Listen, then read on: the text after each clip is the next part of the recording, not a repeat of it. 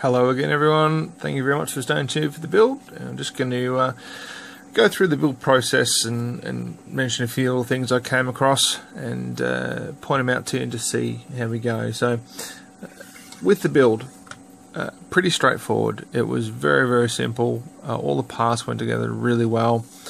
If I had one thing to say about it, it would be enjoyable. It really was. It was good. It was. I only came across one real issue with the build, and that was my error. So I hadn't cleaned some of the parts correctly, and left a bit of the sprue on one, and it wouldn't fit together. And that was my fault. Otherwise, everything else went together really well. Little points. If you see just below the cockpit there's that little gap. Now I was going to fix it, but I thought I'd just leave it there. I'd say probably worth gluing some of the parts along the side here just to eliminate little seams and gaps like that.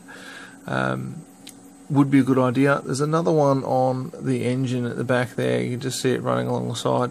Now that one there I'm pretty certain it's just because I haven't squeezed it tight enough when I was putting it together, but other than that, there's nothing to complain about. It went together flawlessly, this thing. Stand, once again, one of my favourite parts. I love the Poseable Stand. Now I'm not going to show you the other poses because I've set that in place, but essentially, as I was saying before, you got your pitch and your roll. So it's very interesting. You can pose them a whole heap of different ways. Now I've left you might notice the lines or the joins around the canopy. I haven't clicked that in place yet or glued it down or anything like that because I wanted you to have a look inside the actual cockpit here and have a look at the detail in there. So let's just zoom in on that. Okay, alright, so the cockpit itself. Is really well detailed. It certainly beats the old AMT, and I'm certain it looks better. To me, it looks better than the fine molds as well.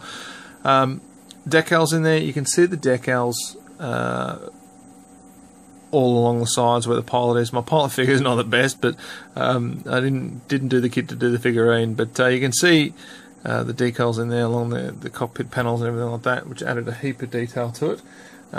One thing I would say is on the actual decal sheet, and let's just zoom back out again, and upside down, let's have a look. So on the decal sheet, so parts 49 and 50, we've got them right in the center there, 49 and 50.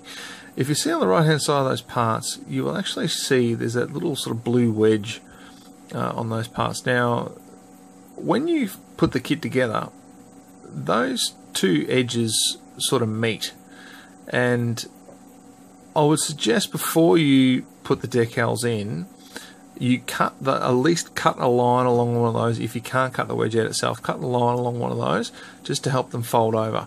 So if you have a look, zoom back in on the model, if you have a look just on the inside portion of the model there, you can see where the fold is, and it would definitely catch a lot of people out, I think. So just make sure that you trim that.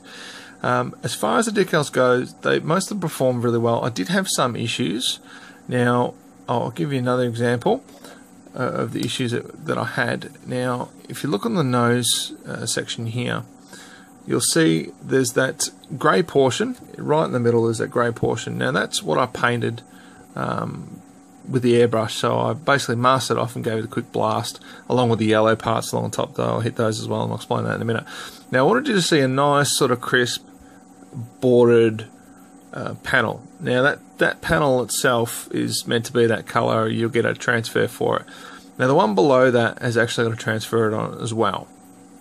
Now you can see the light grey specks and everything like that's where that's where the actual transfer has torn, putting it down. So you got the raised detail under there, and I had real trouble sort of getting him to sit. I was using the microsole and so on and so forth, and just couldn't get him to sit down. You can see the ones, the red panel just below the cockpit at the back left there, same issue.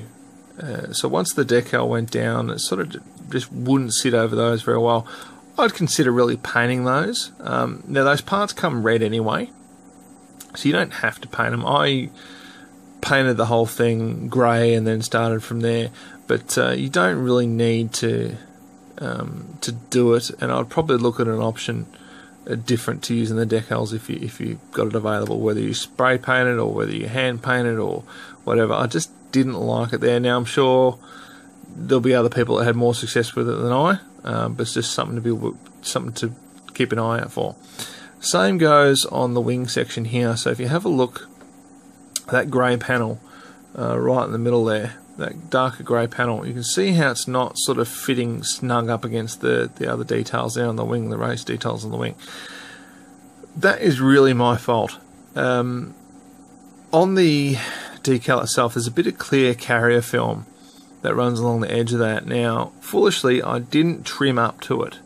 I just cut it out on the sheet and let it soak in the water and then put it on, and then went, hey, it doesn't fit.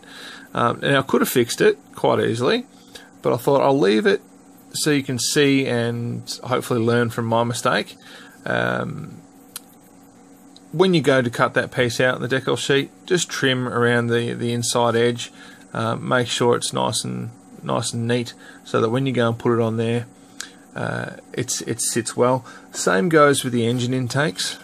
So the engine intakes I had a lot of trouble with. I thought they were one of the most annoying parts of the decal process, to be honest. With the engine intakes, you have that dark grey border around the front. Now, there's 2 decals on each engine intake, so you've got what's that, 8 in total that you need to put on, one above and one below. Now, got them sort of looking quite reasonable, but they were really awkward to put on. I did not like those at all. They wouldn't sit where I wanted them. They just kept trying to move around and not sit where I wanted. I had a lot of trouble with it. Now, I would probably in future either paint those or apply them before the parts are actually fixed. And if you have to, you can run a bit of Tamiya tape or something over them just to protect them while you paint the rest of the model or whatever. But putting it at the end, they're really awkward to put on. Now, that said, another part which I thought was going to be really awkward to put on, there's blue spirals or blue stripes on the lasers. I was really stoked with how they went down. Really, really well. They were fantastic. They're an exact fit to the laser itself.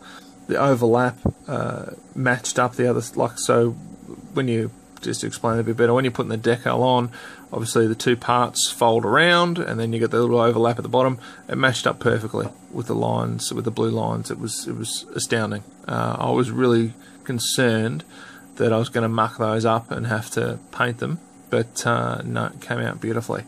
Yellow decals, I didn't use any of the yellow decals. I really didn't want to put any on the engine intake there. Basically, because you've got all the, just try and zoom in, you've got all the raised detail there, and I didn't really, after the other ones, I didn't really want to put the decals on there. And then down by the nose, I didn't want to run the risk of losing those fine panel lines. So if you can have a look just in front of the cockpit, you've got those little triangles, and then here you've got that other little shape there. I really didn't want to lose those, so I thought, look, I'll just spray paint those, mask it off. It only took me a couple of seconds. Mask it off, spray paint it, and make sure I don't lose it. How'd the kit go? Well, I loved it. I must admit, it is a fantastic kit. I'm a little bit biased because I like Star Wars, but Bandai have done a wonderful job with this kit. It is highly detailed, really easy to put together, very cheap for its price. I mean, you can pay through the nose for them online, on eBay, things like that, but there are cheap ones to be had as well. So I certainly wouldn't be paying more than sort of $40 Australian for one. You can get them cheaper than that.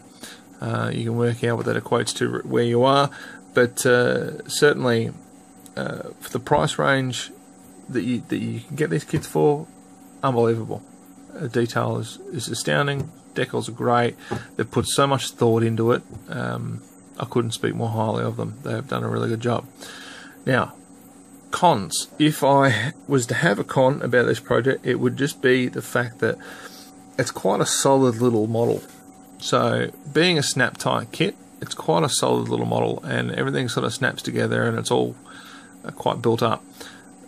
if you're going to put LEDs in it, and look, online people have, there's always someone who's done something, online people have, but you really need to bore out those sections, like where the engines go, to put the lights in there, or run your fibre optics, or whatever you want to do.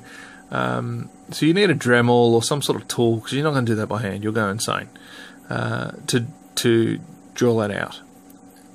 That's really the only thing I could say it's a negative of this kit. I mean, I've been lighting some models for a little while now, and I would have loved to have lit this one, but it's just, you know, that's just really tedious, and I thought, no, not doing it. You know, I'll have to have a look at the bigger kit and see whether it's easier to do on that.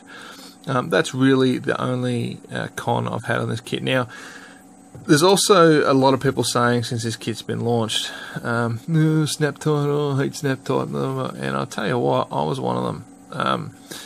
I was really not impressed that we'd lost the fine mold kits, and that there was going to be a new kit out, and it was going to be a snap tight, and blah blah blah blah blah. I thought, great, here we are, we're back to the early 80s with the old MPC RTL kits. I mean, they were just awful.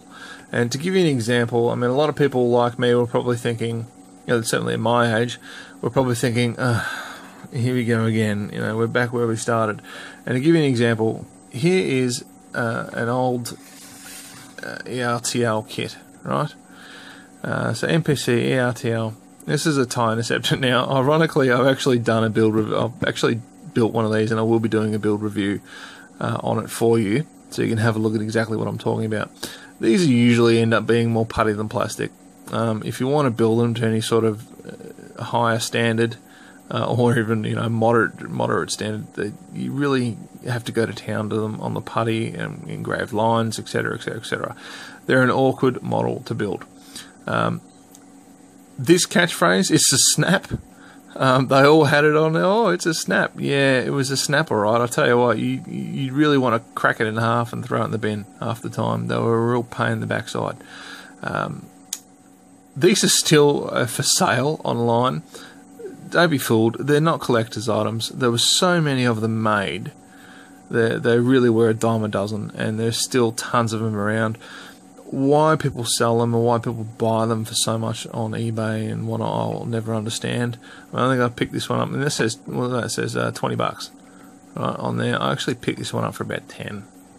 You know, you'll find cheap ones, and you wouldn't really want to spend more than that on it. It's just not worth it. I'm sorry to all those people on eBay that are trying to sell them for a king's ransom, but it's just the way it works. Yeah, so we'll be covering that at a later date. Look, Bandai, congratulations, love the kit, love it. I'll be building a lot more of them. I don't know if any of you guys have read the Rogue Squadron books by Michael Stackpole, did the first 4. I will be doing the colour schemes of Rogue Squadron, guarantee it. So yeah, I'm looking forward to it. Well, look, thanks, this is my first review. Thanks for watching and bearing with me. Look, if you have any suggestions or tips, please feel free to let me know. Any questions in the messages, you know, just ask. I'm happy to help or do whatever I can. Thanks for watching. Please subscribe, and if you like your Star Wars and your Star Trek and your Battlestar Galactica and your other sci-fi subjects, I'm not going to be doing just sci-fi, but I've got a lot of sci-fi coming up for you. So stay tuned, and hopefully you'll enjoy it. Thanks.